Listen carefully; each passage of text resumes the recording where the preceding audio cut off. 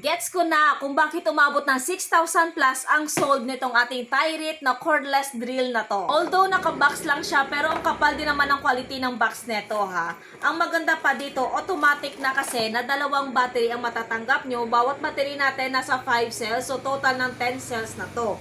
So imagine that, kasi rechargeable to, so if ever malobat, i-charge nyo na lang. Ang maganda dito sa ating Tyrite na cordless drill na to is brushless motor na. So meaning less maintenance ka na, wala ka nang papalitang carbon. 10mm ang size ng chuck. Ang maganda, metal na rin yung chuck natin.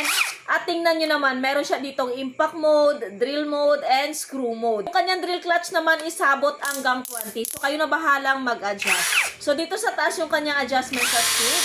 Ito yung kanyang low, and then yung kanyang high. Ang maganda, merong reverse button. And may battery indicator na rin. May LED light na rin siya. So just in case magbabare na kayo ng gabi, goods na goods kasi may sarili na siyang ilaw. O see, kaya umabot ng 6,000 plus yung sold nito kasi tingnan nyo naman yung build quality. Ang ganda. Perfect gamitin to pang barena sa kahoy, bakal, o semento. Kahit solid na ba to, kayang-kaya. At wag ka ha, this is just only 1,000 plus pesos. Isang set na yan. And mind you, may included pa siya mga drill bits.